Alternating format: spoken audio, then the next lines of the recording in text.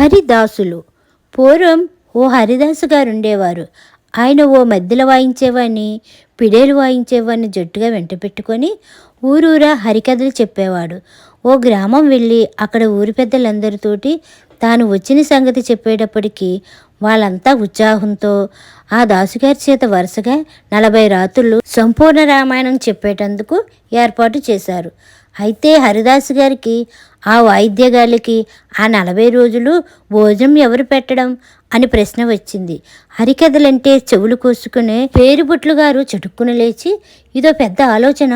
నేను ఈ ఊళ్ళో ఉండగా దాసులు ముగ్గురు మరో ఇంట విస్తరి వేయటానికి ఎంత మాత్రమూ వీల్లేదు అని నిక్కచ్చిగా చెప్పేశాడు. ఆయన హరిదాసులంటే చూపిన గౌరవానికి ఊళ్ళో వాళ్ళంతా మెచ్చుకున్నారు. దాసులు కూడా సంతోషించారు. కానీ పేరుబుట్లు గారి పెళ్ళం పల్లమ్మకి పరాయి ఇంట భోజనానికి వెళ్ళటం అంటే సరదాగానే ఒకళ్ళని పిలిచి పెట్టడం అంటే గిట్టేది కాదు. ముగ్గురు మనుషులకి 40 రోజులు 2 పూటలా వండి వడ్డించాలి అనేటప్పటికీ ఆవిడికి గుండె గుబేలు మంది. నేను చెయ్యలేను అంటే మొగుడు ఒప్పుకోడని వాళ్ళంతటి వాళ్ళే లేచిపోయే ఉపాయం ఒకటి ఆలోచించింది. ఈవేళ ఏం వంట చేస్తావు అని బొట్లు అడిగినప్పుడు పల్లమ్మ, మొట్టమొదటి రోజు కనుక పిండి వంటలతో పెద్ద విందు చేద్దాం, చక్క గోధుమ పిండి, చక్కెర, నెయ్యి పట్టుకురండి అంది. బొట్లు అనుకూల దాంపత్యం అంటే ఇలా ఉండాలనుకుని సరుకులన్నీ పట్టుకొచ్చాడు. పల్లమ్మ వంట చేస్తుంటే బొట్లు దాసులు ముగ్గురిని కొంచెం ముందుగానే పిలుచుకొచ్చి సావట్లో కూర్చోబెట్టి వంట అయ్యే లోపున ఊసిపోవడానికి దాసుగారి చేత కొన్ని దరువులు పాడించాడు. ఆయన పాడుతుంటే ఈయన తాళం వేయసాగాడు. పల్లమ్మ తనకి మొగుడికి పిల్లలకి మాత్రం సరిపోయే మామూలు వంట చేసి మొగుడితో, ఏమండోయ్ వంట అయ్యింది, స్నానానికి లేవచ్చు అని చెప్పింది. ఆయన దాసుని లెమ్మని చెప్పి మడి కట్టుకోమంటుంటే పల్లమ్మ చటుక్కున, అయ్యో నామతిమండా, విస్తరాకుల మాట చెప్పడం మర్చిపోయానండి అన్నది. అయితే ఏంటి అంటూ బొట్లుగారు కత్తి పుచ్చుకొని ఊరి చివర కాలువ వార ఉన్న అరటి తోటకు బయలుదేరి వెళ్ళాడు.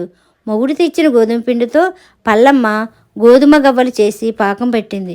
కొంచెం ముద్ద మిగిల్చి ఆ పిండితో మనిషి ఆకారంలో 3 బొమ్మలు చేసి పీట మీద కూర్చోబెట్టింది. పల్లమ్మకి 4 కొడుకులు ఉన్నారు. తమాషాగా కనబడుతున్న పిండి బొమ్మను చూసి ఆ పిల్లలమ్మా వీళ్ళెవరే అని అడిగారు. అప్పుడు పల్లమ్మ సావిట్లో ఉన్న 3 దాసులకి వినబడేటట్లు పిల్లలతో, ఆ మొదట ఆయన హరిదాసు, 2 ఆయన మధ్యల దాసు, 3 ఆయన పిడేల దాసు అని బొమ్మలకు పేర్లు పెట్టి చూపింది. దాసులు ముగ్గురికి లోపల ఉన్న బొమ్మల మాట ఏం తెలుసు, తమ మాటే ఆవిడ పిల్లలతో చెప్తుందనుకున్నారు. పిల్లలు మళ్ళీ పిండి బొమ్మలకేసి చూసి, అమ్మా వీళ్ళని ఏం చేస్తావే అని అడిగారు. సరసరగా నూనెలో పడవేసి ముగ్గురిని దూరగా వేయిస్తాను అని పల్లమ్మ చెప్పింది. ఆ మాట విన దాసులు ముగ్గురు తమని ఆవిడ నూనెలో వేయిస్తానంటుందనుకుని తెల్లబోయి ఇంకా ఏముంటుందోనని చెవులు అప్పగించి కూర్చున్నారు. వేయించిన తర్వాత ముగ్గురిని పాకం పెట్టి మీకు పెడతాను అని మళ్ళీ దాసులకు వినబడేటట్టు పిల్లలతో చెప్పింది. పెద్ద పిల్లవాడు మొదటి బొమ్మను చూపిస్తూ, అమ్మా నేను హరిదాసుని తింటానే అన్నాడు. రెండోవాడు 2 బొమ్మ చూపెడుతూ, నేను మధ్యల దాసిని తింటానే అన్నాడు. మూడోవాడైతే నేను పిడేలు దాసిని తినేస్తానే అని అరిచాడు. ఈ మాటలు వింటున్న దాసులకి ఆ పిల్లలు తమను తినేస్తారేమోనని బెదురు పుట్టింది. వీళ్ళ రాక్షసులు కాదు కదా అని భయం కలిగింది. ఇంతలో పల్లమ్మగారి 4వ కుర్రవాడు, అమ్మా ఈ దాసుల్ని అన్నయ్యలకి ఇవ్వవద్దే, ముగ్గురిని నేనే మింగేస్తాను అంటూ మారం చేశాడు. దానితో సావిట్లో ఉన్న దాసులకి అనుమానం తీరిపోయింది. అది బ్రహ్మరాక్షసి ఇల్లే అని, అక్కడి నుంచి తమను వాళ్ళు నిజంగా తినేస్తారని టారెత్తి దాసులు ముగ్గురు పరుగు లంకించుకున్నారు. పక్క ఊరు చేరేదాకా వాళ్ళకు వెనక్కి తిరిగి చూడలేదు.